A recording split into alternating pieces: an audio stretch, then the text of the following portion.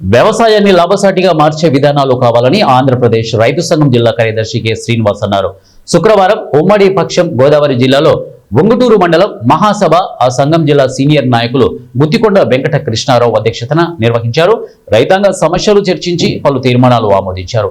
ముఖ్య అతిథిగా విచ్చేసిన కె శ్రీనివాస్ మాట్లాడుతూ కేంద్ర రాష్ట్ర ప్రభుత్వాల విధానాలు వలన వ్యవసాయం సంక్షోభంలో ఉందని, రైతులు అప్పుల పాలై ఆత్మహత్యలు చేసుకుంటున్నారని ఆవేదన వ్యక్తం చేశారు. గుత్తికొండ వెంకటకృష్ణారావు సహాయ కార్యదర్శిగా వానపల్లి సత్యనారాయణ గారు ఎన్నికయ్యారు. మరొక 7 నూతన కమిటీ ఎన్నిక జరిగింది. ప్రధానంగా మండలంలో రైతాంగ సమస్యల మీద భవిష్యత్తులో అనేక ఆందోళన పోరాట కార్యక్రమాలని నిర్వహించాలని చెప్పేసి కూడా మహాసభ ప్రధానంగా చర్చించింది.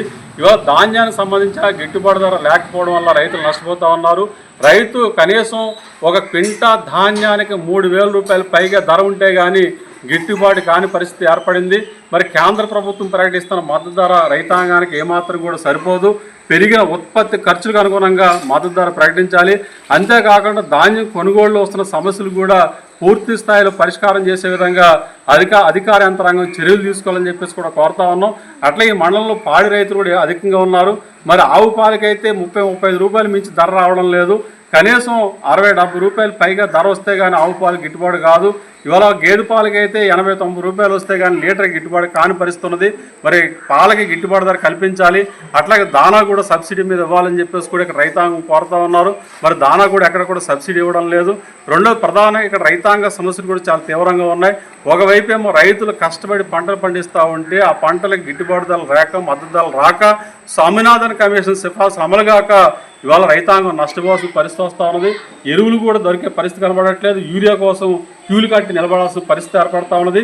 అంటే పంట పండించడానికి రైతు కష్టాలు పడాల్సిన పరిస్థితి ఏర్పడింది. మరి ఇట్లాంటి పరిస్థితుల్లో రైతాంగం యొక్క సమస్యల్ని పరిష్కారం చేయాలి, రైతులను ఆదుకోవాలని చెప్పేసి ఇవాళ ఆంధ్రప్రదేశ్ రైతు సంఘం తరఫున కోరుతా ఉన్నాం. ప్రధానంగా కేంద్ర రాష్ట్ర ప్రభుత్వాలు ఇవాళ వ్యవసాయాన్ని లాభసాటిగా మార్చే విధానాలు తీసుకురావాలి తప్ప ఇవాళ కార్పొరేటీకరణ విధానాల్ని, వ్యవసాయాన్ని కార్పొరేటీకరించే విధానాలు తీసుకొస్తా ఉన్నారు. అంటే అంబానీ అదానీలకు ఉపయోగపడే విధానాలు తప్ప ఇవాళ